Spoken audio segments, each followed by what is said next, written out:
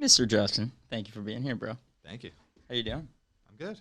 I'm looking forward to jumping in this today. Sweat is an interesting topic, like we were talking about right before we hit record. In this world of environmental toxins hitting us in every which direction, kind of optimizing those detox pathways are it's critical. Yeah.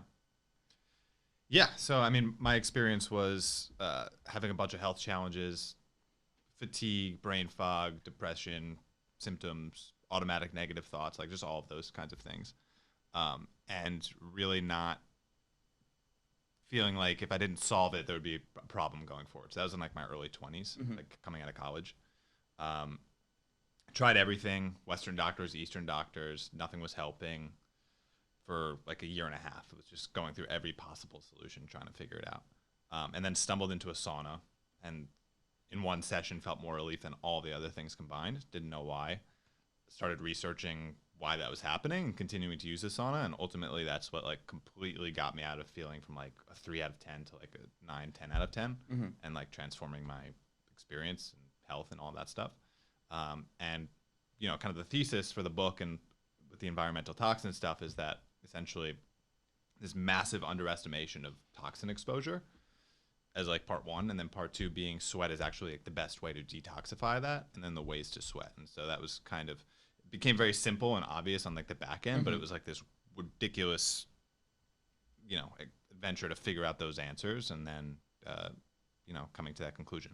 In hindsight, what do you think was going on with you? I think it was just like a big toxic load, like a accumulating toxic load. Like my first of all, my diet wasn't great. I didn't know anything about health, and it just kind of accumulated. Yep.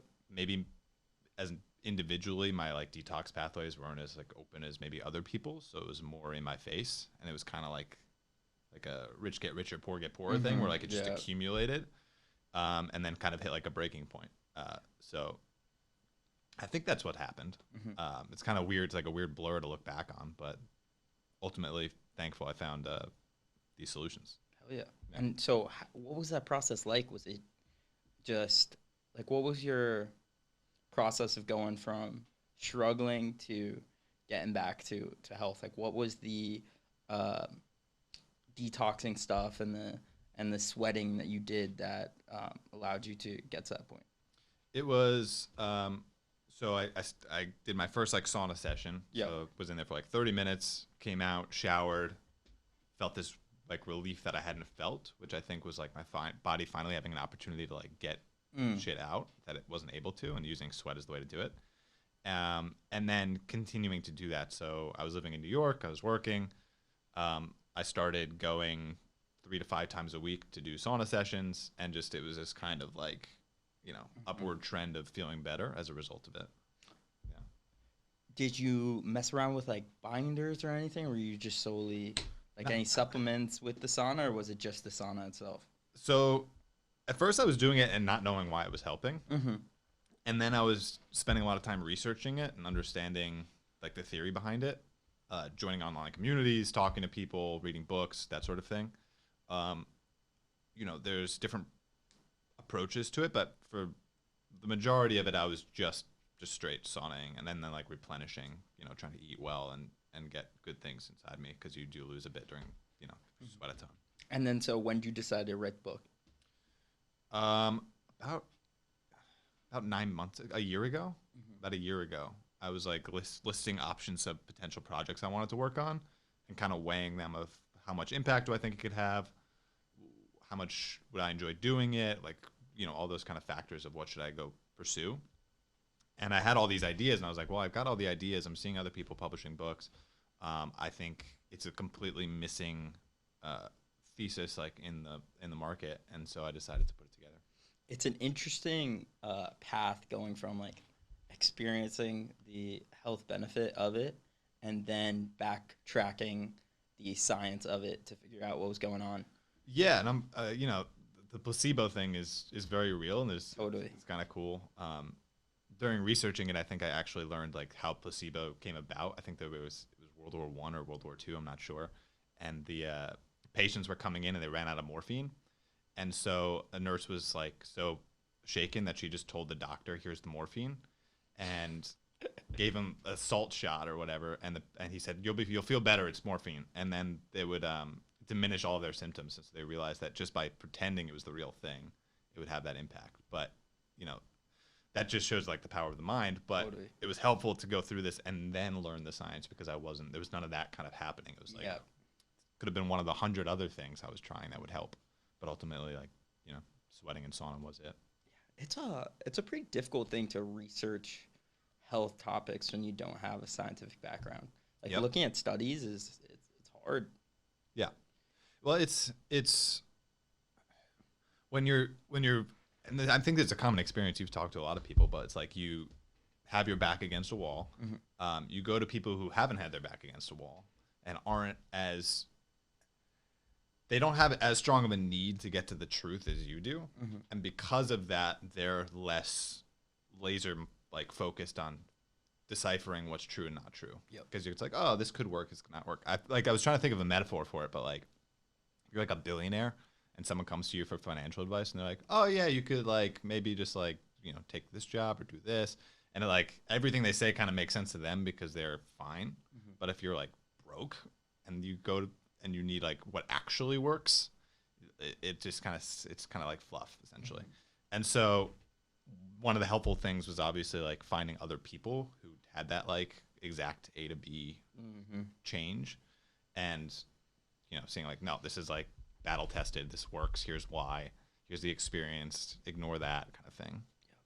It's fascinating. I had a few conversations with like traditional Western medicine physicians, um, outside of like a sit down with like a patient, like as kind of like just a regular conversation. And something that I came to realize from that is that they are one, medical school is super expensive. A lot of them go into debt for medical school. And then on the back end of that, when you're given such strict guidelines as a doctor, like when X happens, you have to do Y. And if you deviate from that standard path, Yeah. like you run the risk of losing your medical license and then you're already in debt. It's just like this bad Yeah. snowball effect. So it's like a lot of the times with the health stuff, you almost have to go to someone who experienced it themselves and who isn't a physician because they aren't binded to like the laws of a doctor. Yeah. It's Yeah. crazy. Yeah, it's nuts. It's nuts. And like to be fair, it's like if you and I have friends who are like doctors, like you're so on that track, and like Yeah. you're not as concerned with these things. It's like you just want to get to the next step. So you're not thinking that way. Yeah. What surprised you in that research process?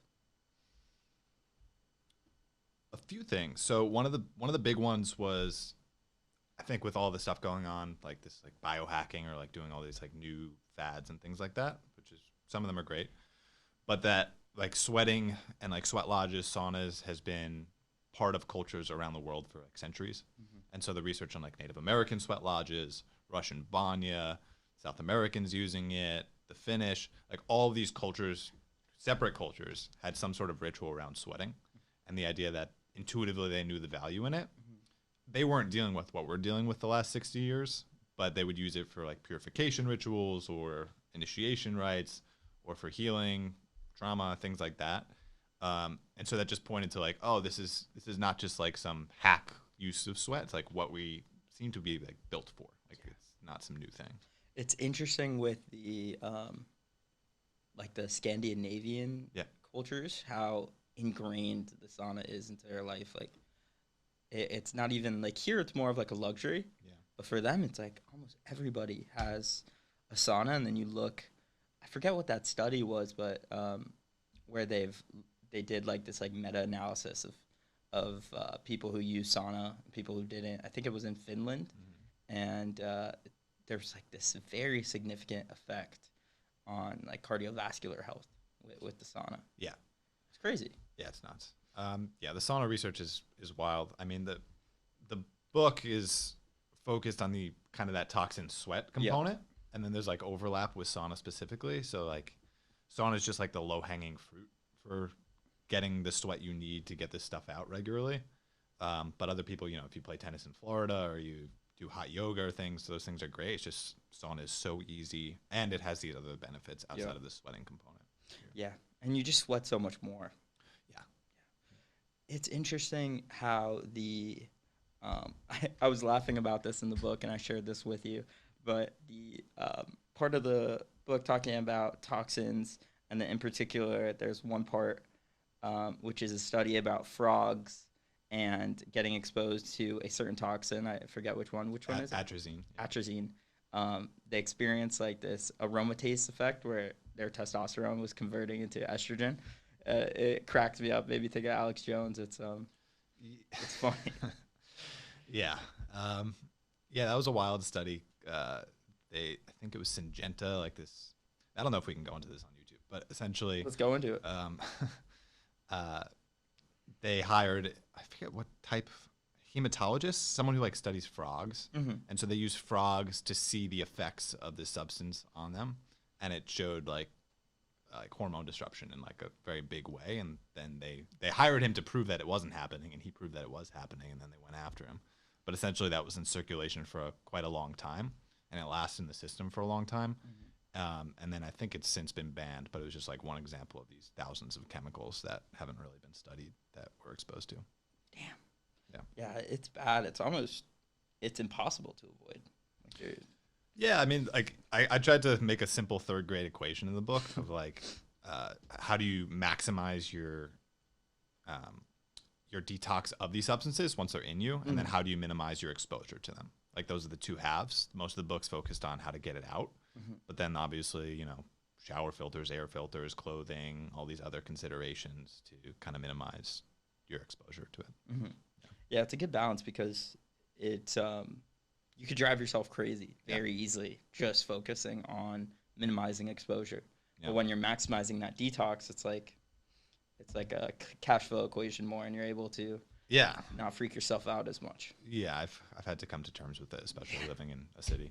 That is the truth. It's a hard thing, like coming to terms with it and not being so neurotic with your health in general. It's like this thing you have to come to. Well, I think also like at the start I had to be neurotic. Yeah, because yeah, it was totally. like if I don't know, like if I drink from plastic, is how much of an impact is that having? And like because I was feeling so terrible, it was like militant, like obsessing about every detail. And now it almost feels like I built up like a reserve currency, and like a buffer essentially from it. So it's not as big an issue, but I still think about it. Yeah, me as well. I totally can relate to that. It's like you almost go from like misfit to like totally optimizing every little detail, trying to be perfect with it, and then you build up that reserve of health to then go back and allow yourself to not be so crazy about things and actually live life and not freak out. And I think that's like the Eastern approach. They think of it like building up, or at least what's a good metaphor for this? Like a balloon over water. Like if the balloon rises like a foot up, and that's like you building up your balance. If it goes down 6 inches, you can see that the water's coming and build yourself back up. But like most people, it's like you're like an inch above the water, and then all of a sudden you get something hits you, and boom, you're in the water. So it's this kind of Eastern belief that you can build up your kind of your chi, your checking account. Yeah. Okay.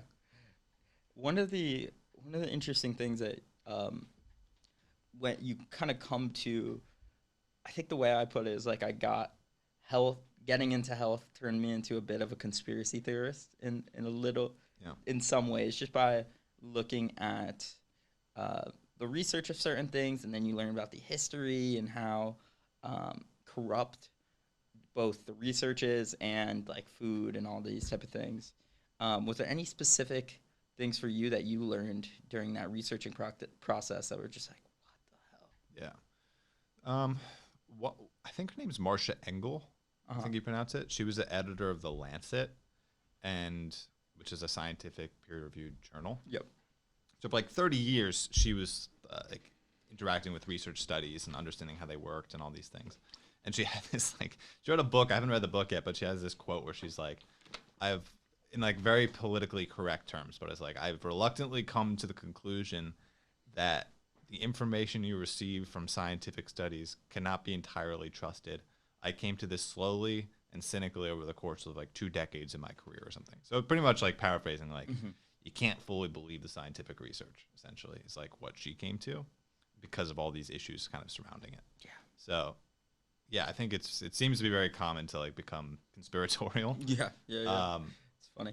Yeah, but just trying to like see both sides of it. So, yeah, that issue. But what was helpful in the book was even framing like my thesis is based on some research studies, right? And so you have to assume that those are true. Yeah. But then also the anecdotal evidence, which was like overwhelming. Yeah. So, the extreme example I use is like 9/11. I don't know if you got into that at all, but during 9/11, extreme toxin exposure, thousands of people just like breathing all this shit in. And they tried a bunch of things to help them. But in terms of what they were dealing with, it was like lung issues, neurological issues, tremors, couldn't go to work, couldn't breathe right, fatigue, like just everything you could imagine from just breathing in buildings, essentially. And so, yeah, so they tried traditional approaches, pills, inhalers, things like that.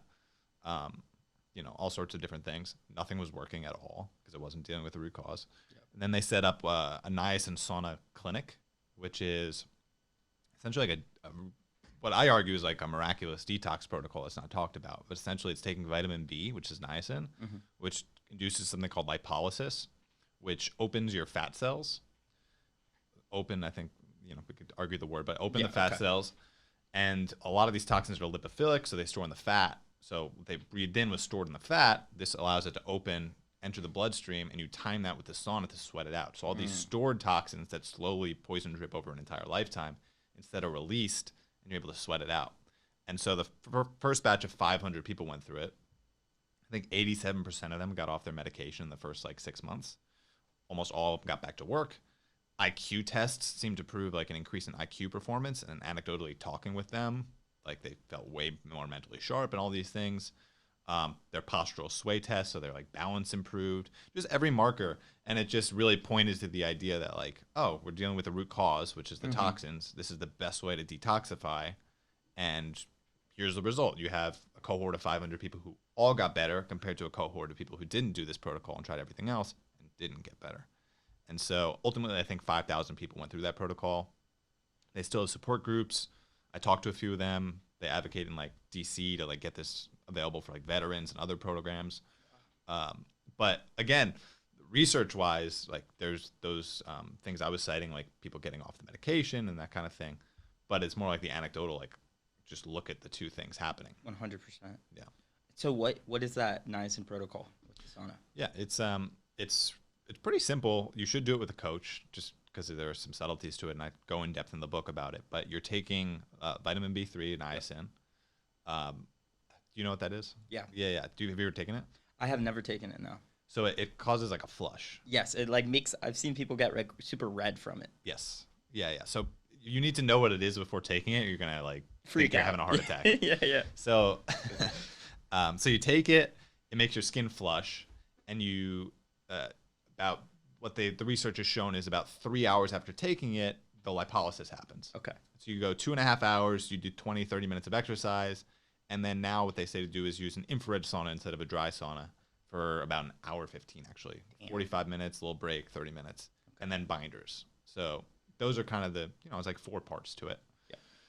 Yeah. It's a 30-day protocol, and the current research shows that it removes about a third of stored toxins. Damn, that's a lot. Yeah. Because toxins are, when they're stored in fat, right, particularly, it is so hard to get rid of them. Like, that is. This is like the only way. Yeah, literally. Yeah. It's like a miracle that niacin exists to, open these. Do the lipolysis, and that it's entirely safe. Yeah. But when you take it, you get cold, you get that flush, you get tingly, your heart starts racing, you think something's going wrong, but you just have to know going in that it's totally safe, and that happens to everyone. So you do that for 30 days. You titrate up 100 milligrams up to 3,000 milligrams because you need to keep increasing the dosage for it to keep happening. Got you. But yeah, it gets rid of a third of the stored toxins. Because if you buy into the argument that like the toxins are the root cause for so many things, this is like the solution for so many things. So cognitive performance, energy levels, just immune like support, just like all these things just get better as a result of doing it. So, yeah. I did this like mentorship internship thing with this guy who's essentially like a health coach to professional athletes. Yeah. And so he had this one guy who came in, who was an NFL quarterback, and he just came off like the worst season of his career. He was on the older side. He was thinking that um, just the tiredness and soreness and all these fatigue symptoms that he was presenting Yeah. were the result of just years and years of football catching up to him. Mm. But then they did all this like lab testing, and then he flagged for mercury, and they did like similar protocol. I'm sure I don't know the specifics of what protocol they did, but essentially Chelation or something. Yeah, exactly. Trying to flush out the mercury, and then he went on to like have the best season of his life, feel great again, blah blah blah. But there's so many people dealing with it because fatigue is such like a broad term, and it could be just anything. Yeah. But in so many cases, it seems like there's such a big toxin component in there. For sure. I mean, Tony Robbins. Oh yeah, that's an interesting story. Yeah, because he was super healthy. He was like, "Oh, I'm gonna have fish for lunch and dinner every day." Yeah. And he started getting on stage and like forgetting. He was like 45, 50, I think, and he was forgetting like his words and what he was gonna say. And he was like, "Something's wrong here." Ultimately, I think it was heavy metal poisoning. Yeah. And then he went on. I don't think he did niacin. I think he did chelation or something. Would that make sense for like heavy metals, like a niacin Oh, yeah. flush? 100%. Interesting. Yeah. So that specific protocol. So could we go into specifics with that there? So it was like you take it, then you do a little bit of exercise, and then sauna and binders. Yep. What would that fully look like in terms of like specific binders? You said infrared. Yeah. Like what would that whole protocol look like? Yeah, you're getting a quality niacin, which is pretty Okay. easy to get and cheap. Again, I recommend maybe we can link to a Facebook group where they teach you how to do this. Totally. You exercise 20, 30 minutes, moderate exercise, get your heart rate going 2.5 hours after taking it. So let's say you take 100 milligrams, do whatever for 2.5 hours work, go to the gym for 20 minutes or go for a long walk or run, come back, infrared sauna, So the idea is that you need in an infrared sauna, like the research shows, like an hour 15. Mm-hmm. And then the argument is that dry sauna, you actually need a much longer time. Really? Because of the way the detoxification works. Interesting. Usually, I would assume it's the opposite because it feels so much hotter in the dry sauna.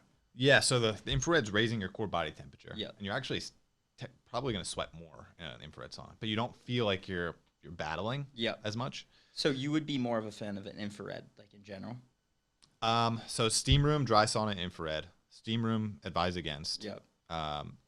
Damp, dark places are breeding grounds for mold, bacteria, that kind of thing. And plus tap water you're breathing in. Yeah, that's a bad. People love it though, and combination. yeah, it's not great. People love it though. They do love it. I mean, it feels good. I get why people would like it, but when you look at it from that perspective of mold and tap water, and it's not the best. Yeah, I was never a fan, so I was happy to realize like, oh, okay, it doesn't make that sense. sucks. And then dry is fantastic, and then infrared. I think there's only one study showing this, so we tend to just kind of repeat what we've heard. But like the study showing it, I think it was Dr. Klinghardt, was like 4.1 times the amount of heavy metals was excreted in an infrared sauna versus a dry sauna. 4 times? 4 times based on that study, I believe. So the research seems to show that like infrared actually causes like a deeper detoxification, but both are great. During the 9/11, they used dry saunas and they had them in there for like 4 hours in a dry sauna, like in and out of a dry sauna. And the argument is like, oh, well, 4 hours, 4 times the detox, we're gonna make it an hour with the infrared. So that's the guy who ran that clinic's son teaches the coaching one-on-one for like the niacin sauna thing. Got you. So that's how he's kind of Positioned it, yeah. So then you sauna, and then you are taking a whole slew of binders, essentially, like zeolite, bentonite clay, activated charcoal. And there's different arguments for what to take and why. But essentially just grabbing out the things that weren't excreted through the sweat and pulling it out of the system the other way. So for you now, how often would you do like a niacin? I've only done it once. I want to do it a couple more times. Yeah. So I did 30 days like 4 months ago. I'd already been doing sauna so much that for me, the noticeable difference is I used to wake up and have like 15, 20 minutes of like kind of like waking up feeling. And then it was like, for some reason, I'd wake up and my thinking was just clear right away. That was me. Everyone has different experiences. Yeah. I'm sure the more extreme of symptoms you're experiencing, the more extreme the benefit would be for sure. Oh, yeah. Like the 9/11 victims, the woman I spoke to, her daughter wouldn't let her drop her off at school because she sounded like Darth Vader. And she was so bloated. And then she went through it, and she was at Capitol Hill before and after advocating for it, and they didn't recognize her afterwards. Wow. They were like, they looked at the video, they're like, that's you? Like, they couldn't believe the transformation. And that was because of, like, the bloating in the face and just holding on to all these things. Yeah, and she sounded like she was like a smoker or something because it was her lungs were so debilitated. I spoke, and then there's other use cases. So like people who take MRIs, there's a lot of gadolinium poisoning. Unfortunately, still, which is a really toxic heavy metal. And so spoke to a couple people who did the niacin sauna protocol for that, and were shaking, and now they don't shake, kind of thing. Whoa. So yeah, it's wild stuff. That is wild stuff. So I guess the person who's best fit for, like, who would be the person who's best fit for like a niacin sauna protocol? Well, my argument is everyone should, like, sauna should be as important as the gym. Essentially. Yeah. Like if you buy into the thesis, like, okay, I'm in a toxic soup, this stuff affects me on every level of health possible, so I need to sweat it out and minimize my exposure if I care about my health. Like that's kind of what you're led to, which isn't really the culture, but like I'm trying to like spread that as a concept. So everyone should be using a sauna, and then there's seems to be evidence that like every single person on the planet should also be going through the niacin sauna protocol. Like, why not? How often do you think would be ideal for that?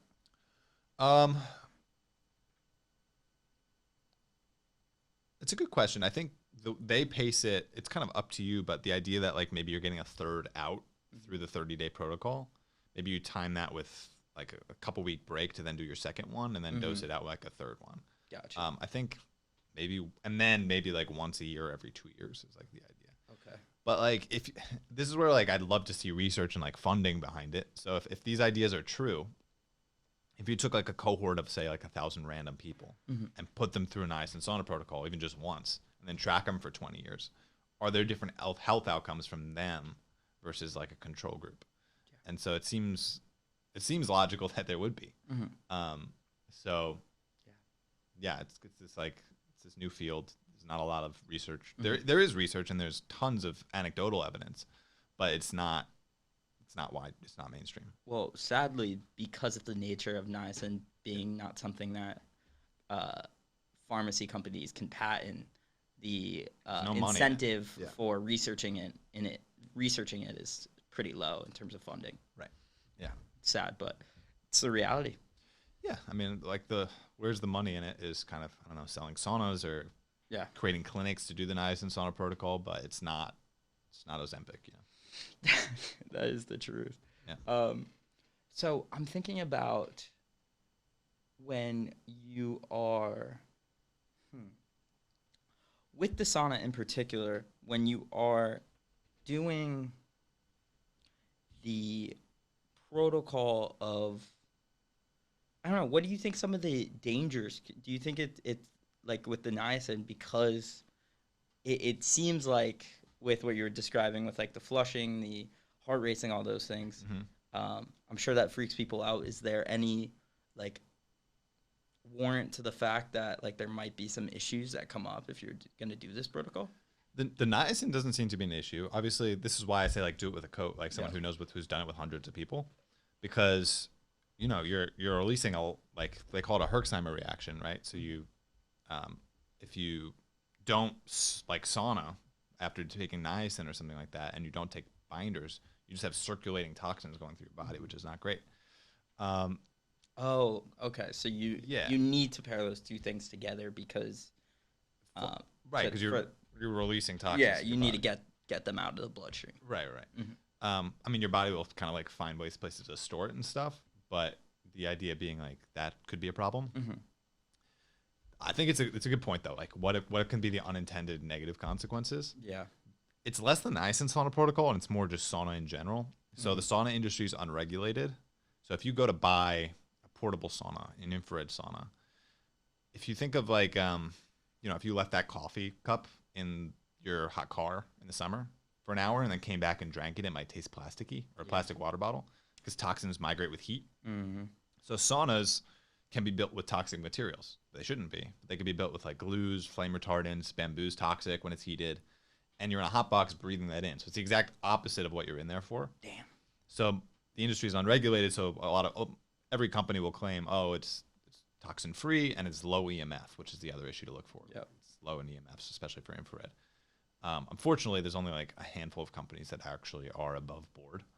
And I'm in a Facebook group with 50,000 people. They test every single sauna that could possibly be tested. And like all these claims are just shot out the window. Like, oh, high EMF, I just went in with my meter. They lied. Or a VOC report looking at the toxins in it, in the builds and stuff. So that's kind of like, oh, what can go wrong here? That's an example of unintended negative consequence that I talk about. Portable saunas, there's not a single one on the market that kind of passes that test. Yeah, because a lot of them are made out of like plasticky material to begin with. Yeah, exactly. Interesting.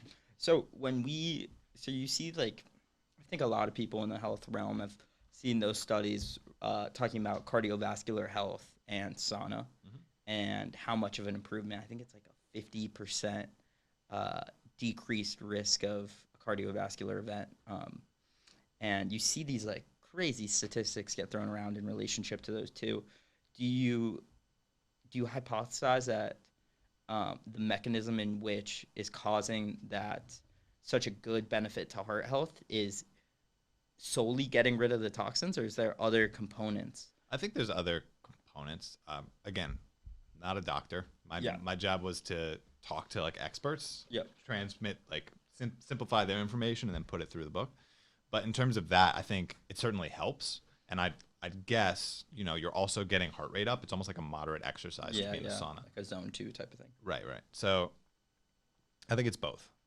I think you're helping your body on like all fronts by getting the stuff out that's reliably causing problems. And then that can help across the board. And then there's other functions that could be beneficial from the sauna. So nowadays you're doing, like you said, like 3 to 5 times per week for the sauna? Yeah. And are you doing like electrolytes and like pairing those two together? Or? Yeah, I'll take electrolytes. I'll also have just like really nutrient dense things like beef liver or other types of things like that. Is there anything, like, if someone was going to start sauning that much, anything people should be aware of in terms of other things they should be doing in conjunction with it? I think the two issues to look out for are the sauna you're using, like I said, and then that was crazy. Yeah, it's nuts. It's again like an example of like surprise. You just become cynical over time. Yeah, that's an example. I think if you're going to sauna regularly, you're also depleting a lot of like essential components of your body. Like potassium is a big one, apparently, deficiency, magnesium. So like Mountain Valley spring water has trace amounts of that. You probably need more. That's why like just kind of like these really nutrient dense things like organ meat, or electrolytes and things like that. So just properly resupplementing essentially. Outside of the 9/11 antidote stuff, you have some other antidotes in the book. Was there any that stuck out to you? Any other ones? Yeah, let me think.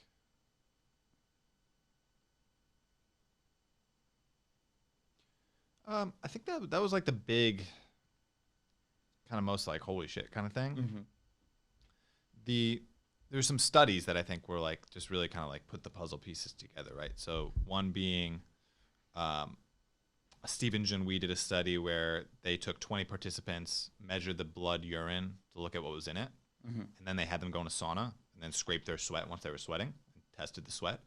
And they found substances in the sweat that wasn't in the blood or urine, which showed like preferential excretion through the sweat of some substances that wasn't getting pushed out through the blood, through the urine, essentially, or even showing up in the bloodstream. So just interesting little factoids like that. And so what is your takeaway when you hear something like that? I think it's that like the body preferentially views sweat as an opportunity to get rid of things that it is having difficulty with otherwise, which I think was my experience. And experience-wise, it felt like that. It was like, oh, like finally an opportunity to get this stuff out that we haven't figured out how to. Because a lot of these things are just new. Like this isn't what we Yeah. dealt with 200 years ago. Our bodies like weren't designed for it. It seems like. I have a hypothesis Yeah. that the more I sauna, the better I naturally smell. Like the less. Okay. Have you heard anyone talk about this before? Uh, Like you sweat out these toxins. It's the toxins um, that like the toxins and bacteria combination I could see that. is causing you to smell bad, and like the healthier you get by sweating out all these things, the better your sweat is naturally going to smell, or the I believe it. uh, less bad it's going to smell. No one said it before, but one other interesting study was on mold. Uh-huh. So they tested people doing a sauna Mm-hmm. and then testing their urine versus people who just went to the bathroom and urinated, and they found that in addition to there being more in the sweat, Of mold. yeah, Okay. they found there was more in the urine. Like the body finally had an opportunity to push it out both ways. Oh, interesting. Yeah, yeah. So the idea that you're just able to get all this, nasty stuff out is that's contributing to odor, I guess, would be interesting. Mold is a crazy topic. Yeah. It I follow some people on Twitter who kind of believe it's a root cause for a large majority of like autoimmune conditions. Yeah. Just this like chronic stored up mold because the body has so few ways to get rid of it, and if you don't actively use protocols in the sauna, it's more likely going to just stay in your system for years and years and years. Yeah, the mold, it seems to be helpful for people with mold toxicity. It's helpful for everyone, obviously. But Yeah, yeah. The mold thing is another, what's weird about the issue is it's like this invisible thing we're up against, right? Yeah, like, yeah. oh, fluoride in the water, or like whatever it is. It's like you can't really see it. But the mold thing, and from what I understand, it's also like the way we've constructed homes compared to in the past, like air conditioning and things like that. It's more conducive to mold thriving than Damn. historically. But yeah, haven't gone too deep down the mold rabbit hole. But there's a lot of people.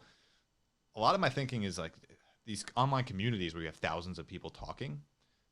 You can search these groups for like, I search like the sauna group, like Yep. mold. Someone will be like, I had this experience, and then 10 replies of other people. So it's like this hive mind around these different topics. And so based on that, like it's, from what I remember, it's been super helpful for people with mold.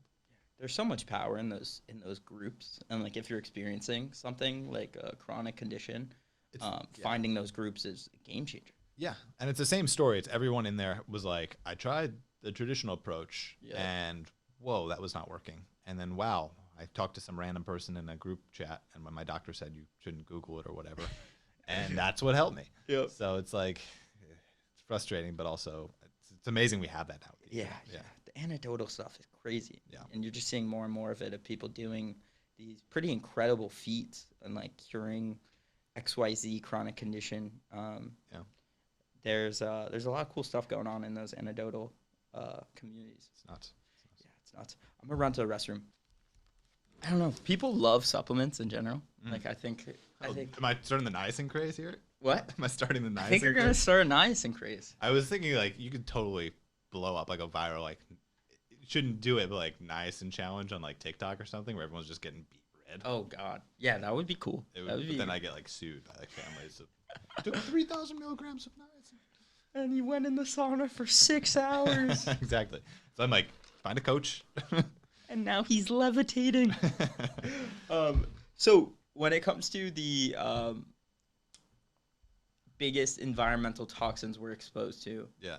is there any that stick out to you that we should be either especially cognizant of, or doing certain things to avoid, or because we're getting hit in kind of all different angles? Are there any particular ones that you think are worthy of making sure you stay away from? Well, I think there's low hanging fruit to just like set it and forget it in Yeah, your life, totally. like a shower filter. Mm-hmm. Just put a shower filter on. So there's easy things like that. One of the people I interviewed who did a lot of these studies was this guy named Harold Zelliger. So I like tracked him down because he's like kind of like the secret like godfather of all these studies, and talked to him. And the trippy thing that he was figuring out is like a lot of these toxins individually have effects, but what's very under researched is like the negative synergistic effect of these toxins interacting with each other.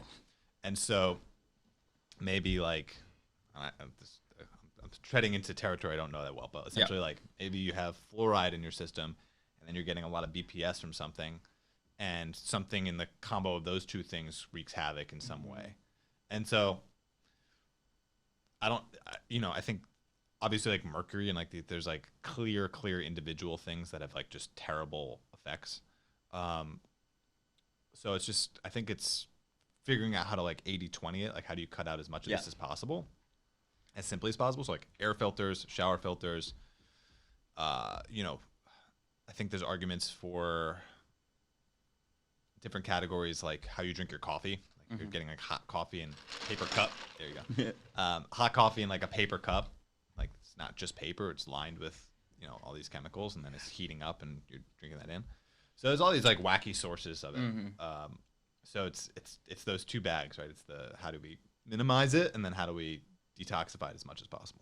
100%. I was at Starbucks not too long ago, and someone got like a iced espresso, and they put the plastic cup, like a plastic cup like this, under the espresso machine, right, and brewed an espresso in the plastic. I've never seen it was that. Like there was like heat coming off of it. I was just like shaking my head, and then they put the ice in. I was like, oh, I do not want to be drinking that. But even, like those lined cups, people don't realize are just dipped in plastic, and then it just leaches into the drink. And then I mean, you can go crazy, but like, why not? Like your clothing, everything you're wearing, like is lines. We wear like the nicotine patches because your skin is what's the term? Transdermal. Yes. Yeah, like your skin is somewhat porous. Yeah. So like this clothes you wear every day is like a giant patch. Is one argument. So maybe your gym attire, because you're sweating in that, makes sense to just go like 100% cotton or Totally. Yeah. You see, I think it's like and they say like the areas of like your armpits, and I think like your crotch area, I guess, are the most what's the word? Transdermal. Right. And then people are exercising in Lululemon and these type of things that are very high in these plastics are definitely leaching in an interesting way. Right. And I think your point, like deodorant you're wearing every day, hopefully, or if you're using deodorant, or your toothpaste, or like your daily things, making sure those are clean. The underwear thing is wild. I think there was a study with dogs where they had them in like 100% cotton versus like a polyester blend. Interesting. And they tested their sperm levels, I think, and it showed a difference because of based on what they had. Like they put the underwear on the dogs to see like what would happen. Oh. So it affected like the testicles and like how produced. Yeah. There's who's that lady who does the research on plastics? I think she went on Joe Rogan. She wrote the book, like I think it's called like The Countdown. Okay. But the effect that it seems like it's having, like based on her estimation, it's like because of the toxic exposure to plastic that we're experiencing and we're like just fully thrown into. Yeah. She says if things continue at the rate that they are, that everyone will be infertile by I forgot like 100 years from now or something like that from the toxic exposure overload. Right. It's crazy. Yeah.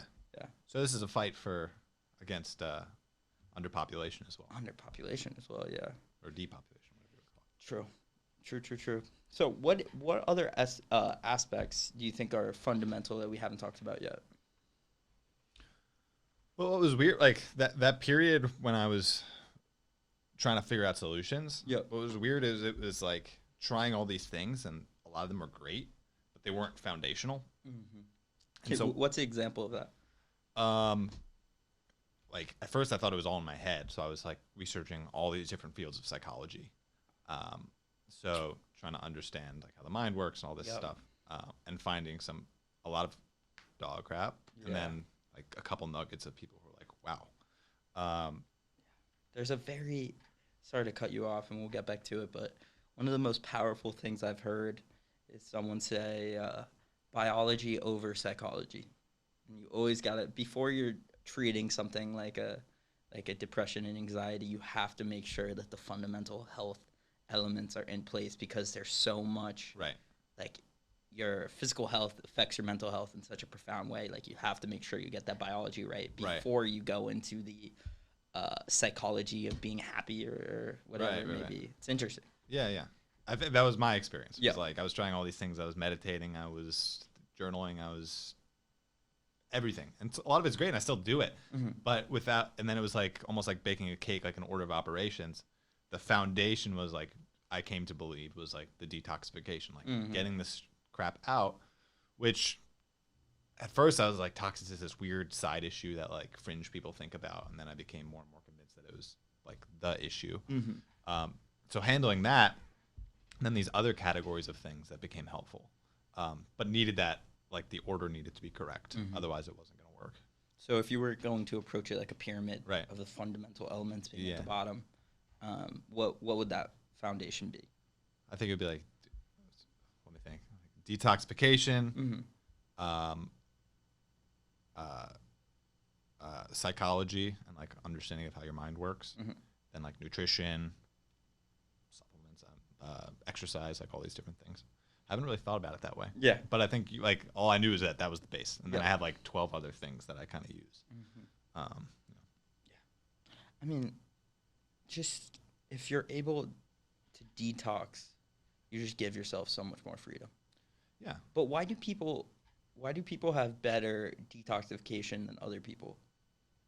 That's a deep question. So I'm not sure, because you meet people who like eat unhealthy, like do all these things, and they're like vital and bright. Yeah. At least for now. Yeah, true. So it's not. I don't know. I think there's like 1,000 factors that can go into it. But I mean, I would argue that even those people who have better would still benefit from it. Oh, totally. But it is interesting meeting people. You're like, how are you so like? I'm doing all these. I'm doing 15 things, and yet you still seem like vibrant, and you don't even know any of this stuff exists. Yeah. So there's definitely that. But 100%. Yeah. Maybe it goes back to the placebo effect, or like just like having like a, I don't know, maybe like a mission or like a thing that you're trying to accomplish kind of puts everything else into its role. I think that's a big part of it. Yeah. Like the But you can't obviously overlook the health stuff. But no, I don't think so. But they're in like conjunction. I think it's hard to have like I thought about this a lot because I studied like the psychology stuff. I went really deep on a guy named John DeMartini who is quite the character. But he set a goal to have the most vast, in-depth knowledge of human behavior of anyone in history, and he's read 30,000 books, and he's dedicated the last 50 years to studying it. And I think he's revolutionized psychology, because you learn his stuff, it feels like it takes a pseudoscience and makes a hard science out of psychology. Whoa. But part of his thinking is essentially like you have a hierarchy of values, things most important to least important, and your highest value is your personal like telos, your end in mind, like what your mission is. That's individual to every person. But then what happens is we subordinate to other people. We put people like above us, and we try to inject how they see the world and their values. And when we do that, like we cloud our own value system. But when you're very clear on your top value and you structure your life around it, it's very energizing, and you're on a mission and you're clear on your own path, and you feel like pulled towards it, right? Yeah. But on the flip side of that, like I think it's hard to do that if you eat at McDonald's 3 times a week and have brain fog and all these other things. So like as much as I believe in that, I still think like like mission, telos, all this beautiful stuff. It's like, but you need to detox. You got to make sure your health is in order. Yeah. So I guess the takeaway there is, don't live your life for other people, and have a strong why of what you're doing. Well, what he does is interesting is he teaches like a value determination test. So instead of asking someone like what's important to you, imagine you tracked yourself for 48 hours and you saw what you actually did, like what your behavior shows you care about, what's most important to you to least important. He's got like a test that's like, what do you fill your space with? What do you want to keep bringing the conversation to? All these different questions that can clarify what your actual value structure is. Versus I think oftentimes we fantasize about someone else's value structure, and that clouds what we actually want to do because we think they're better in some way. So his whole teaching is also like how to dissolve that subordination to another person you're putting on a pedestal, so that you can clarify what you actually want and stop trying to sacrifice your values to fit into how they see the world. Mm-hmm. Does So that make sense? that totally makes sense. Yeah, it's like we get our own values get clouded by the values of the people that we admire, and we start like leeching onto their values Right. instead of finding out what those are for us. Right. But what's cool is he teaches, it goes both ways though. So like when you subordinate to someone else, you'll hear yourself saying like, I should be doing this. I need to be doing this, versus intrinsic words like, I'd love to do this. I want to do this. Mm-hmm. But we also, when we think of people who are below us, we'll say they should be doing this. They need to be doing this. So we're simultaneously injecting, but we're also projecting onto other people. That makes sense. And then he has a scientific way of dissolving those infatuations, because they're rooted in how we experiences we've had where we've perceived them in a way, and you can dissolve that. This is hard to explain in like a minute, but you can dissolve, like when you do that, you stop hearing the I should, I need to, I have to kind of thing, because you don't have them on a pedestal anymore. So It's wild like, stuff. yeah, it's becoming less impressed. Right. It's like, let's say you admire someone, and you notice you keep comparing yourself to them. You can trace it back to a specific episodes where you perceive they do some action or trait that they display that you infatuate with. And so you could ask, what were the drawbacks to them displaying that, and calm it down, if that makes sense. Anyway, his stuff is, I could talk for hours about his stuff, but it's a science for how to stop comparing yourself is part of it, which is pretty cool. What practical takeaways have you taken from his work? The clarity on the value structures and how that works in society is really interesting. So like when I notice myself judging someone below me, there's hundreds of things from his stuff. But as an example, like let's say I'm like looking down on someone. You can only look down on someone if you perceive they're doing something you don't do, or you're too humble to admit you also do. So first you get really clear on like what they're doing that you're judging. So say it's they're I don't know, what's something you judge in someone else? Talking about themselves too much. Okay, so self-involved. They talk about themselves. Yeah. Okay. So then you'd go to a moment, you'd stack up until you could say with certainty that you display that trait that's the same amount that they do. So you go to moments where and when you did the same thing. So you're becoming like empathetic by understanding how you do the same shit. Well, it's a law. It's called the law of reflection. So you're owning the fact that you do what you see in others, you have inside you. It's like pluck the biblical statement, like pluck the mote out of your own eye, the beam out of your own eye before the mote of your brother's eye. Because when you do that, you get humbled and go, oh, I do that too. Yeah. But then the next step would be, when you do that, what were the benefits to you or the person you displayed it to? Yeah. So there was actually, you're assuming it's negative. Yeah. But there are actually benefits to you talking about yourself. Yep. Because if there wasn't, you wouldn't do it. If there wasn't a benefit of you talking about yourself, you would never talk about yourself. Right. There's a payoff in some way. There's a payoff, and there's also the reason you're dissociating from having that trait is because you assume there's a shame or guilt because you perceive that there's more negatives to positives of doing that action. So when you stack up the positives to it, but not making it up, but just like going into those moments and being honest with yourself, you go, whoa, okay, so this negative trait actually has positives to it, and this positive trait has negatives to it. So this whole balancing act thing. It's fascinating. I mean, just that world of taking yourself from someone who was depressed, anxious, brain fog, chronic brain fog, and dealing with fatigue, and taking yourself from that, out of that, is it's a fascinating journey, and it's like, what did that look like for you in terms of, so you went super deep in the psychology first, right? Yeah, during that process, yeah. So it was psychology, and then it was just a luck of the draw sauna experience that It didn't feel that way. It was luck of the 50 other things I tried. Okay, so yeah. you were deliberate with trying things at that point. Yeah. I was going to the doctors, getting blood tests. Yeah. I was trying to go to the gym more. I was changing my diet, testing fasting, all this kind of stuff. Yeah. So what did that look like? What were the things that you were trying? What worked? What didn't work? What did that process look like? Like an exhaustive list. meditating, acupuncture, Reiki. Was there anything that Uh, worked outside of the sauna? it all so like my point is like it all works and it helps in some degree, but it doesn't work when you have a high toxic load. Is like Yeah. the argument. Yeah, So yeah, yeah. so like I still meditate, but Mm. like meditating then, it was like my brain was just automatic negative thoughts. I think you interviewed someone named Arlen, Yeah. Yeah, yeah, yeah. and he talked about. I was like, that's a similar experience that I had. Where it was just like the brain just wouldn't stop thinking negatively. Mhm. I think he solved it with more like Eckhart Tolle, like meditation approach. But I found that when I detoxified and when I got all of this stuff out, it just automatically went away. Yep.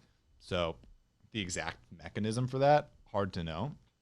But the brain's 60% fat, and so a lot of these lipophilic fat-loving toxins store in the brain. So the argument is that when you clean the brain out and how it's messing with brain function, it could have an impact. I would love to see a chart that charts the toxic load that humans have with like the rise of chronic diseases or the rise of Alzheimer, dementia. Yeah. Because when you bring it to the fat cells in the brain and the brain being 60% fat, we Yeah. store so many toxins in fat. Yeah. You can't help but make the connection between maybe there's a toxic load component to it that's causing people to have these dementia-like symptoms. Yeah. I think I'm convinced that's the case. Yeah. I know aluminum has been linked to Alzheimer's, I believe. And it's hard to. It's not the only thing, but like there's also research showing sauna staving these things off.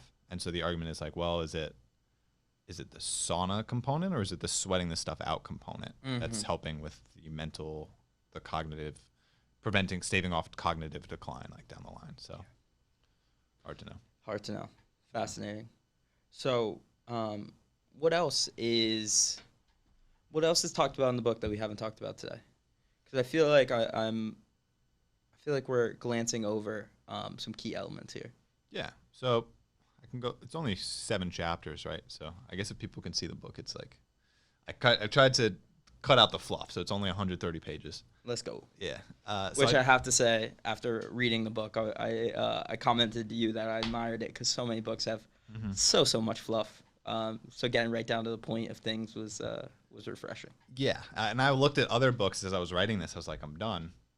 This book's 250 pages, and then I go back and read it. And I'm like, they don't need to be writing all this. Yeah, So this could be 100 pages. I'm gonna make it easy on people. Yeah, there's so many like self-development books that like all you need to do is read the title of them, and Right. you get the point of it. Well, that's sweat. Got it. Got it. Yeah, that's a great point. Yeah, you just need to be sweating more. Yes. Yeah. That's the answer to everything.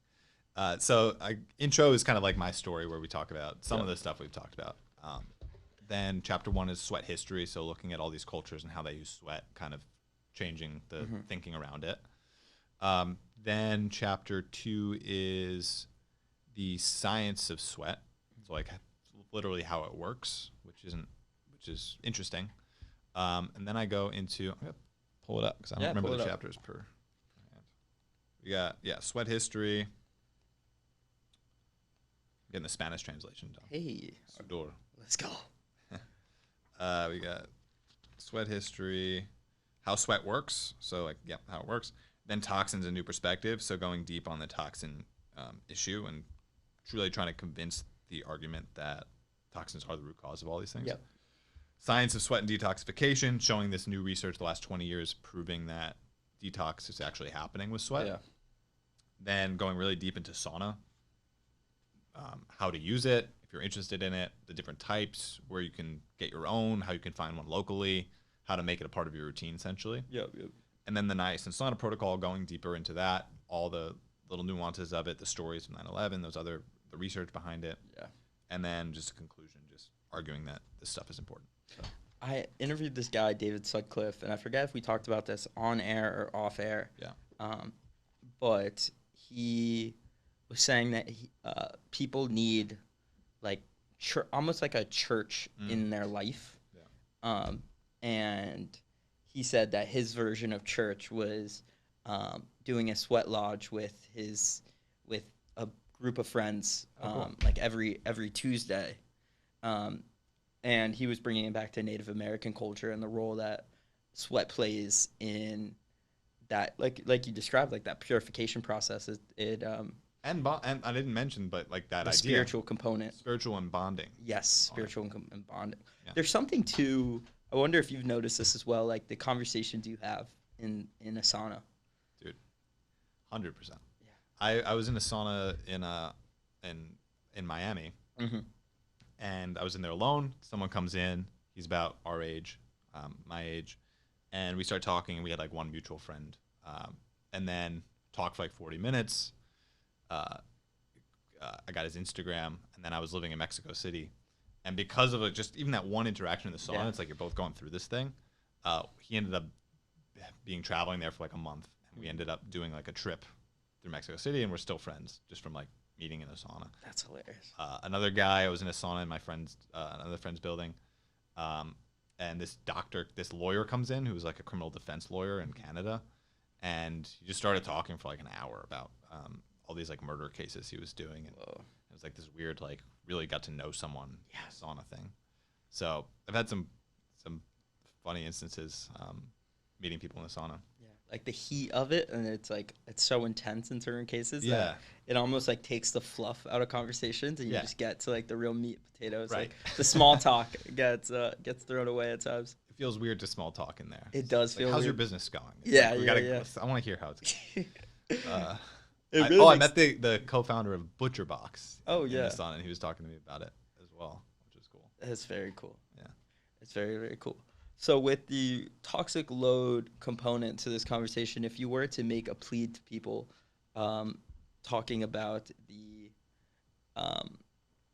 like you described, making that case that they are something that you need to be cognizant of and actually like trying to detox. Yeah. What do you think that plea would look like of things that we haven't talked about? Well, I think there's let's call it three camps of people. Yeah. People who feel fine, people who like realize they could feel better, and then people who are sick.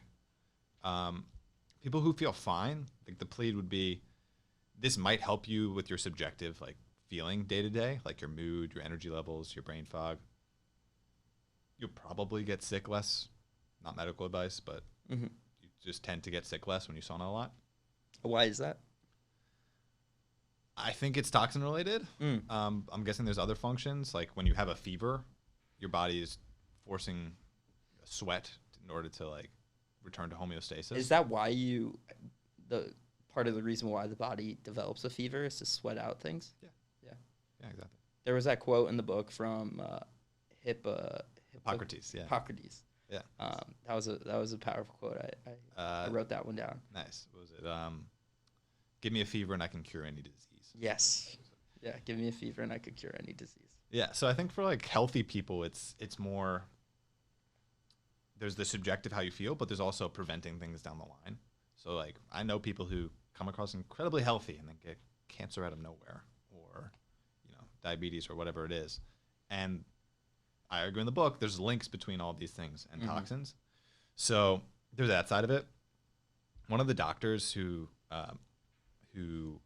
pioneered a lot of the research is Dr. Joe Pizzorno. I don't know if you saw any of his quotes in there, but he's like 70 something now, and he's been in a basketball league for like 40 years with the same people, and he's taken this seriously for 40 years.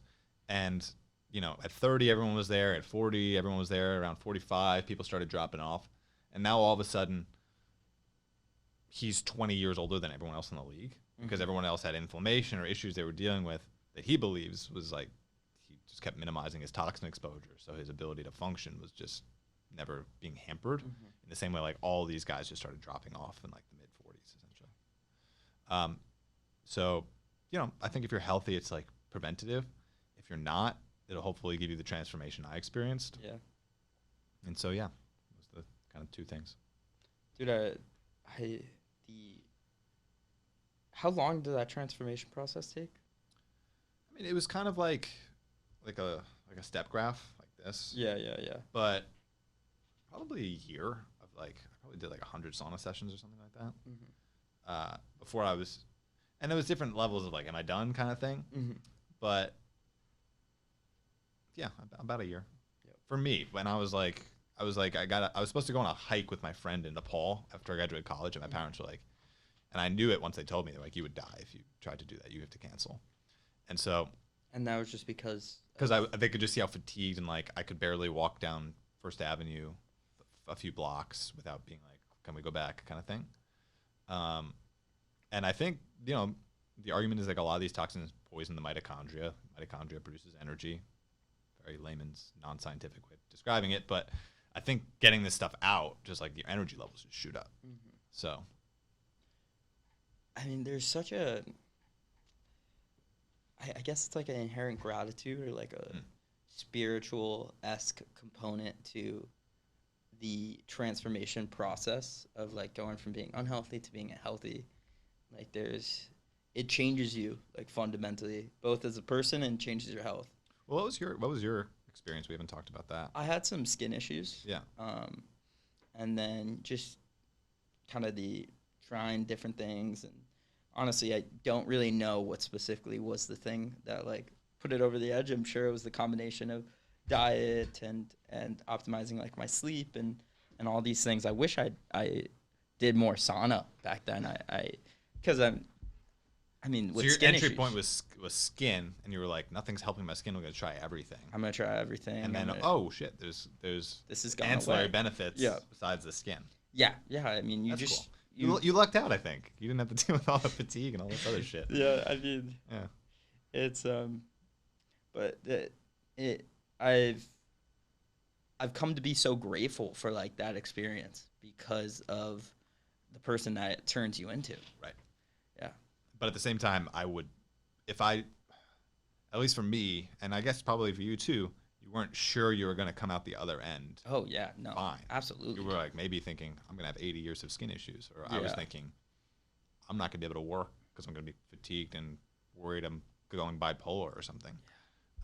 Which, by the way, I certainly had those experiences where I thought I was losing my mind as well. And so I'm thankful it happened only because I was able to find the other side. And like, it was like this incredible, the metaphor I like is like one of those little rubber balls, like a marble or something, where if you like drop it on the ground, it's just going to go boom, boom, boom. But if you smack it, it shoots up. And so I think that's the experience of people with like health issues is you're forced to smack it. So you're forced to dig much deeper to be able to go much higher in the sense of really digging into these things, exploring nuances, putting it together, where on the other side, you're way ahead of the average person in a sense, in terms of knowledge and application because you had to, essentially. Yeah, 100%. And we were saying, like, everyone you know who also has similar experiences or who's deep in this space, same journey, essentially. Yeah, you know? 100%. Yeah. 100%. And I like to also think about the component, I guess you think about the things that are a prerequisite of you like getting healthy to begin with. So if you go from like standard American diet to transforming your health, you need like the emotional control aspect of it. You need like the discipline of it. You need like a bit of like stoicism and just like focusing on controlling what you can control. Yeah. And you just develop these skills in such they become so like aligned with you through that process. Yeah. And then so although you've changed your physical health, you've changed your mind like in such a fundamental way as well. Yeah. Yeah. It's cool. Which I never could have imagined was part of the process at all. Totally. And you're going through it. You're like, whoa, I needed that kind of thing. When you looked into the history of sauna stuff, was there anything that stuck out to you? I think just the idea that it was cultures everywhere was just wild to me. It's like, okay. Kind of like you can imagine, like every culture has some sort of like dancing ritual, some sort of like maybe like fashion or something like that that's like all individual.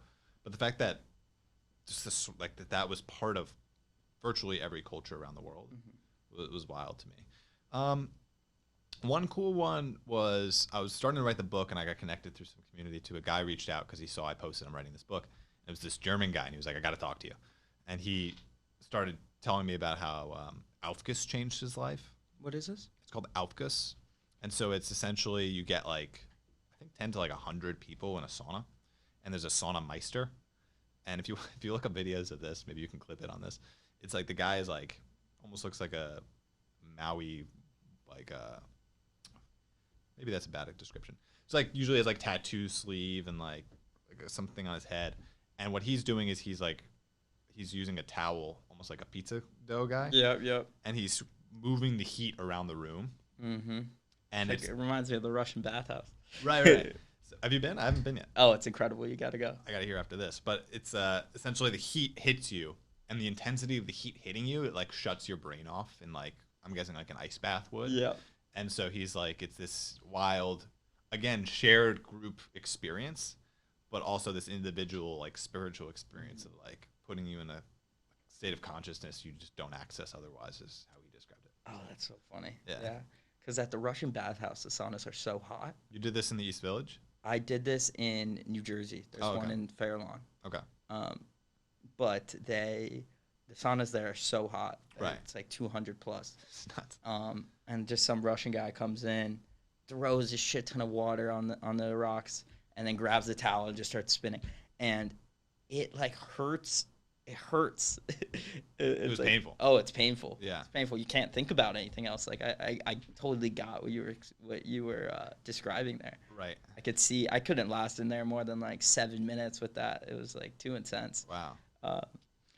But what's interesting is that's great, and like that's cool for like resilience and things like that. Like my goal is like I want to maximize health. Well, yeah, and I mean it's good to like there's definitely a mental component to doing something like that. But like if you're gonna be doing sauna regularly, like that's something. Infrared sauna is the easiest and the best for you if you get the right one. You could, if you have your own at home, you could throw a podcast on, you could listen to music, you could watch a movie through the screen or whatever, and make it easy and like low dose, and you're just in there to get it out and then get out and get on with it. So totally. Yeah. Have you messed around with sauna in conjunction with like cold water and like an ice bath or something like that? Yeah, I haven't done an ice bath. I've done a couple cold plunges. Yeah, okay. And same thing. cryo or those types of things. But if anything, it's like when I shower after the sauna, I'll turn it cold for a minute or something like that. That's it's an interesting feeling. It's like a buzz. It's a high when you go back and forth. Right. Yeah. You've gone back and forth? Yeah, or like 20 minutes in the sauna, straight jump into a cold plunge. Yeah. And then you get out and the whole body is just like vibrating. It's an interesting feeling. Yeah. I don't really know what's going on there, but because the sauna opens you up and then it contracts you, I guess. So it's like the body's like, well, what should I do here? Yeah. And there's all this, I haven't gone too deep into like the dosing frequency stuff, but like there's research on if you do like 5 1-hour sessions a week, say at infrared sauna versus 2 to 3 of 20 minutes. Like there's different like HGH levels happening, and like your testosterone is changing depending on the dosage, and there's different like theories around how often to do it for different purposes and stuff like that, which is wild. I'm trying to think, what do you know which is the one for like HGH? Because I think I saw something on that was like kind of mind-blowing to me in terms of with the sauna. There was like a dosing thing. Yeah, it was a dosing thing, but I don't remember what. I think I saw specific. Like Andrew Huberman talking about it. Yep. I'm not sure. Yep. What else? What was I was just about to say something. Talking about Russian banya before. We were talking about the Russian banya. Did you do the leaves? No. Oh, okay. No, the leaves are cool though. The leaves even are more cool. painful, I think. I don't even get it, but there's. Oh, I wanted to talk to you about the people who do like this spiritual component of like a sauna, where they're like doing like breath work in there, like humming or something that like puts them in like this almost like a psychedelic like experience. Yeah. Did you like see any of that when you were doing the research? I think more in like the Native American side of things, they had that. I didn't go too deep into the psychedelic or kind of those practices. Do you know what the Native Americans were doing? Initiation rites. So they'd like gather for different like initiation purposes. And it was interesting. I didn't go too deep into it because it was more just to get that point across that like this is happening everywhere. But like there were different tribes with different use cases, essentially. So some were like initiation rites, some were like regular like with the chief, like trauma healing kind of thing. Yep. So different uses. Yeah, I've heard people. I don't think it was like Tuesday afternoon, like one person's going to go in for 30 minutes Yeah. to detox. I don't think that was the setup. I've seen videos of like Native American cultures using or sweat lodges in conjunction with like peyote Hmm. and like as a type of initiation ritual. Right. And it was interesting because it said that like I think the video I watched described the experience as peyote puts you so much in the present moment that your thinking brain like goes away so much, and all you can like feel or focus on is just like the sweating in the Right. moment, which it sounded like a quite interesting experience. Yeah, that's an interesting field, I guess, is like retreats with sauna paired with specific compounds Yeah, or something like that. the niacin stuff would be incredible to do. Not psychedelic, but Not yeah, no, I meant but in terms of like a retreat type of thing. right. Well, I mean, you'd go. I think it makes sense. Like, all right, I buy into the thesis. I'm going to go for 30 days. We'll have other things going on at this 30-day retreat. It's a good point. Yeah. Anyone want to invest in that? Yeah. So if I was going to do so now you got me interested in this uh, niacin sauna protocol. So if I was going to do this protocol, obviously best to do with a coach, Mhm. and so it would be working my dose up in terms of niacin for those 30 days. Yeah. Starting slow, starting low, and then working first with a little bit of exercise, going into the sauna for an hour, hour and a half, hour 15 Yeah. in infrared. Yep. And then the binders, like you described them before. Is there any other aspect of the niacin flush that people should be using in conjunction? Mm. Most flushing niacin will do. It's not like you need this one brand. I think Solar Ray. The argument is that it's using. There's something in the Solar Ray, like delivery mechanism that was like better. Mhm. Apparently, I've That heard makes sense. as like the niacin actual pill. But that's pretty much it. It's the niacin, exercise, sauna, binders, eat healthy, clean. Yep. Um, I don't drink, but probably avoid like drugs and alcohol during Makes sense. that time period. Um, so it's really not rocket science. Yeah. And so like when researching that, kind of going, how does everyone not know about this? It's kind of like what you're left with. Like, okay, if toxins are causing all these issues, and this is the absolute best detox protocol in the world, it seems like, why don't we know about it? One is obviously a incentive structure, like who's incentivized to talk about this. You can't sell niacin, can't patent it, Yep. fortunately. The other piece is, I think that's the main one. Yeah. But the other side piece that I didn't even want to touch in the book, that kind of made it like, oh, okay, that's part of why it's not talked about, is the guy who actually arguably figured out that niacin paired with a sauna allowed detoxing of drugs was the original purpose for a drug detox, was L. Ron Hubbard. Oh. Yeah. So the Scientology guy somehow figured this Yeah. out. So he figured that Interesting. out. They used it for like drug detox, and I think they still use it for like onboarding into the church. So it's like, Really?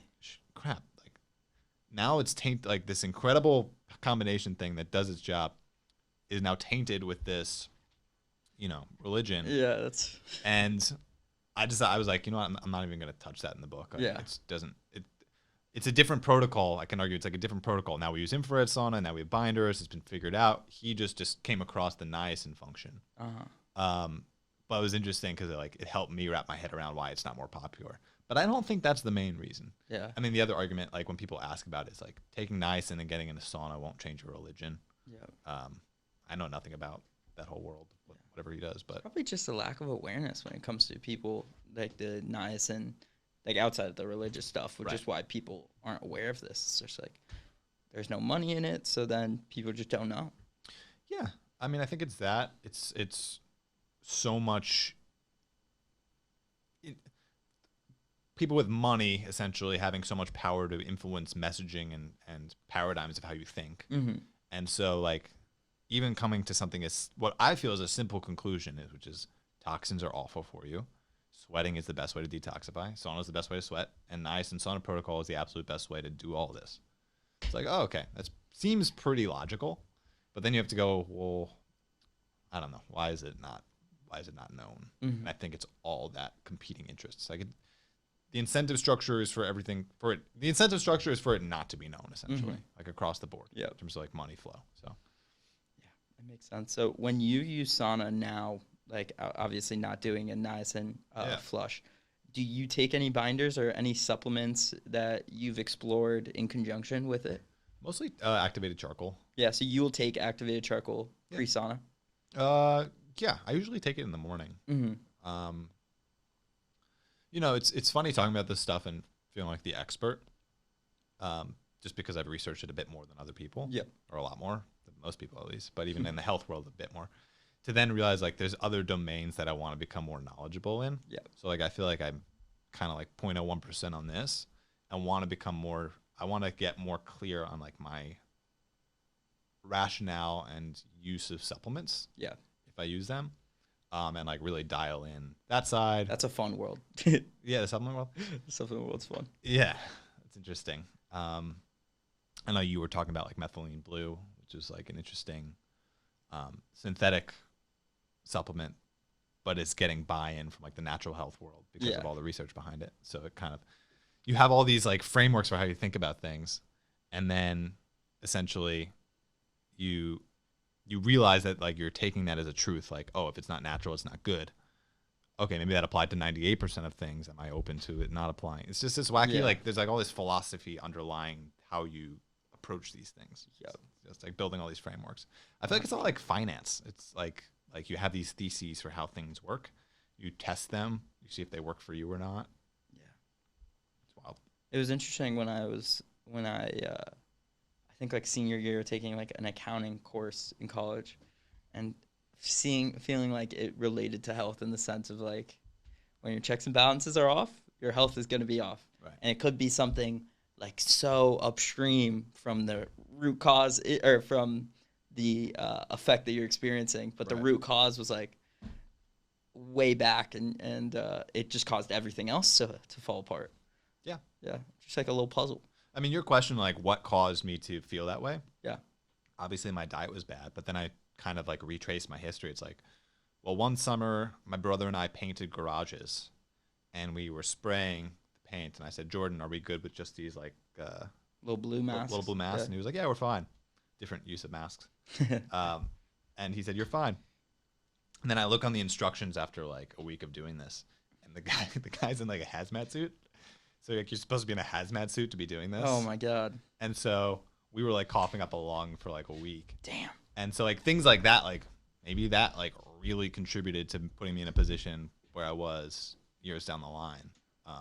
You know, or whatever injections I was given when I was a kid, or you know, whatever. True. So antibiotics, like there's so many things kind of working against that you're not aware of that could be leading to it. So yeah, that vaccination conversation is that's a crazy one. I listened to Robert Kennedy on Rogan. Have you heard that conversation where he talks about the vaccines being stored, or the aluminum from vaccines I think it was not mercury. having Yeah. mercury? Was it mercury? I think it was mercury. And like what they did, I don't know if we're good on YouTube for this, but what they did was they tested monkeys, and they tested the bloodstream, and were like, oh no, it was excreted, it's fine. Yep. But it was storing in the fat, in the brain, I think. The fat in the brain, Right. and when they so selective bias, like selective study kind of thing. Yeah, they in the end of the study they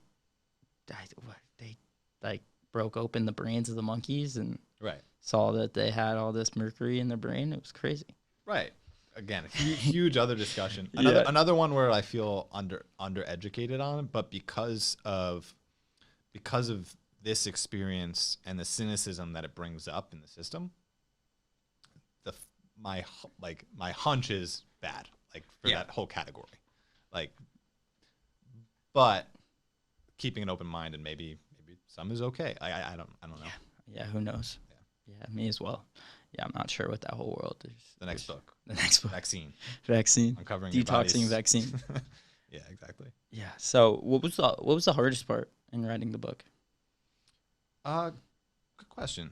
I think so. I decided to write it. What was good was like we talked about like values and mission things. Yeah. Like I had such a big why behind writing it.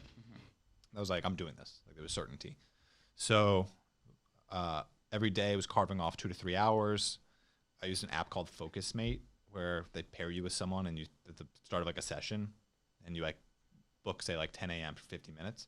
There's someone they say, hey, what are you working on? I'm working on this. What are you working on? Cool. See you at the end. Then you mute and it's like an accountability thing. Mm. So I'd use that and that really helped. The hardest part was not having a feedback loop. So like, let's say you make like one podcast episode, put it out, you get some feedback for how it was, do the next one. Yeah. This was 6 months of writing into the void, not sharing it with anyone. Yep. And so like the whole time it's just me going, is this good? Is this not good? Is this good? Is this not good? Plays with your mind. Right. And I like to write songs. So like songwriting, it's like finish a song in a couple days, show it to someone. Yeah. The 6 months of like waiting to have anyone read it. I think that was the hardest part. What are the main things you're testing for? So it would be, so the most traditional way obviously is blood. Yeah. And blood is cool because it's not localized in one spot. Like the blood interacts with the whole body. So you get a good picture, you get a good full picture of health. Obviously there's some limitations to that. And then so that's good for a very like good, just broad snapshot of your health. Then there's like stool tests, which is obviously localized to the gut. And that's fascinating if you're dealing with like some gut issues or skin issues. Like there's always that gut access with so many different parts of the body. Right. And that's cool because that'll tell you, oh, you're dealing with like small intestinal bacteria overgrowth or candida, like we were just talking about. So that stuff's cool for like getting really targeted with like what you should do. Have you gone deep into those? Do you know much about those two things? With SIBO and candida? like a little bit, yeah. I wouldn't say I'm an expert though. Yeah. But they're like incredibly prevalent. Yeah. I think the antibiotic thing with both of them, or maybe more candida, but that's something I want to research more. Yeah. I did this weird thing. There's something called the ileocecal valve, Mm-hmm. and I somehow maybe it was on Twitter, stumbled upon a video where essentially it helps. I actually don't know, but what I did was you lie down and you essentially like pull towards your belly button and then twist for like a minute. And if I didn't do that, I would have been really freaked out the next couple days. If I didn't know that if I forgot that I did that, Yeah. like my digestion changed just from doing that for a minute, because it and it made me really curious about something I should know more about, which is like when I eat something, what's the exact pathway from like digestion to out the other side. Yep. But like it's this wacky, like literally just moving my stomach in a certain way, noticeable change in digestion. In a positive way. I wasn't having any issues. It was just noticeable, like my frequency and like what was. I don't know if it was positive or negative, but it was different for sure. Interesting. Yeah, but I want to go down I think like the digestion, candida, SIBO, like that's a big rabbit hole. Mm-hmm. I know. I feel like almost everyone's dealing with it. Yeah. Is like my hunch, and that I would agree. And my sense from people who've talked about healing it, like Alex Becker, Yeah. who's so vibrant and has done a lot of detox stuff, is that when you deal with it, it's almost like that stuff is like an energy suck. Like it just leeches on your energy, like parasites as well, I guess. Yeah, yeah. If that's another rabbit hole I've started going down, but I'm not totally sure on. So anyway, it's just really interesting because like I feel you conquer these other areas, then you want to learn about the other ones. So the diagnostic is an interesting tool for that. The interaction between all that stuff is fascinating as well. Right, because then you get into like terrain theory of like, well, when you solve one thing, it helps with the other stuff. Yeah. And like, I feel like that was me. Like, what's so great about sauna, I think, and other health practices, but sauna is there is this sense of like you're either on like a downward spiral or an upward spiral. Mm-hmm.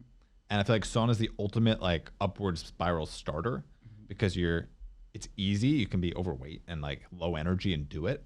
And by doing it, you get more energy and you feel better and you gravitate towards healthier foods and you start going to the gym more. Like it's this easy access point to get on this thing, which it's the momentum like a rocket, like getting it into orbit is the hard part. And so this is like an easy kind of push into the upper atmosphere.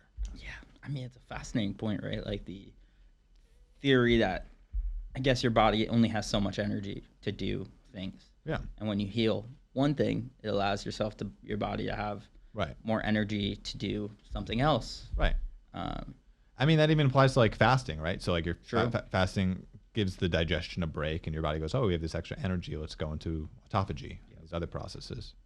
Again, not a fasting expert, but Yeah, absolutely. Yeah, it's fascinating. Like to bring it back to the toxins in the diagnostic test, like you were saying before, it's like one of the hardest things to test because, for starters, you don't know if it's an indication that your body is doing a good job of detoxing. right, these because things. it's been pushing it out, and now it's in the blood when you test it or whatever. Yeah, you're like, okay, Or the urine. is this in the system because your body is actively detoxing it? Like, did Yeah. you, or is it in the system because it's an overloaded part of the system? Yeah. So it's a hard thing to figure out what like your toxic load even is. Yeah. Do you like?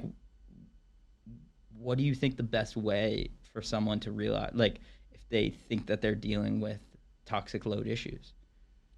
I think like the prevailing idea is to do multiple tests, That's what I was gonna say. right? Like a hair mineral test, and then Yeah. like stool, fat biopsy if you can, or whatever. I'm not an expert in it. My kind of This is so interesting. Like you go into all these like shorthands in terms of how you think about it. Like my shorthand thinking of it is you're dealing with it. Like you have toxicity. You're on the planet. The question is just how much. So the need to get tested, I think it's cool. Kind of like it would be so great if it's like a before and after weight on a scale. Yeah. We could be like, awesome, I got rid of 30% of my mercury. But even those tests, I'm skeptical in terms of their accuracy. I agree. So it's tough.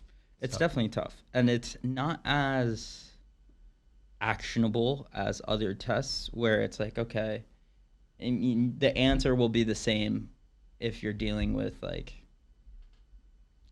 I don't know, the answer is to sweat it out and to Right. do these detox protocols no matter what the Right. toxin. I mean, I'm sure there's different protocols for different types of toxins, but in very general terms, it's not as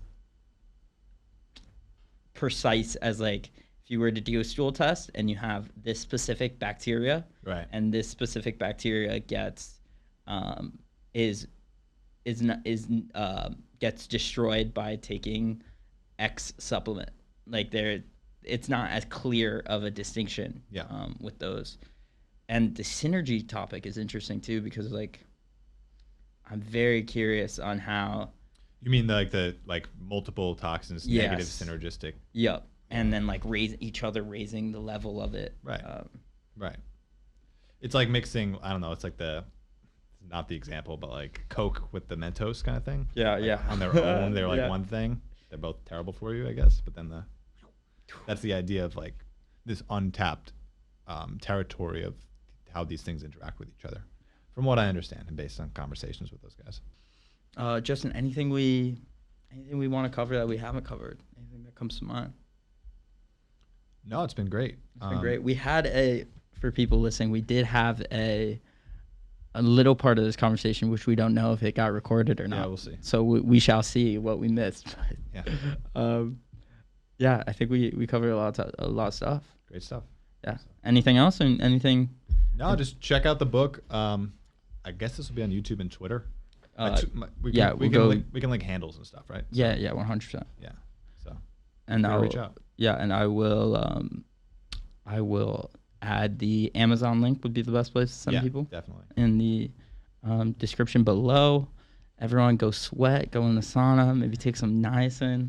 Easy on the niacin. Easy on the niacin. Be careful. Yeah. Be careful. We'll link to that group as well. Yes. Where you can learn about the niacin sauna protocol. Absolutely. And you might start levitating and gain superpowers from the niacin sauna. Yeah. So yeah, don't do that for sure. All right, guys. Thank you for listening. Catch you next time. Peace.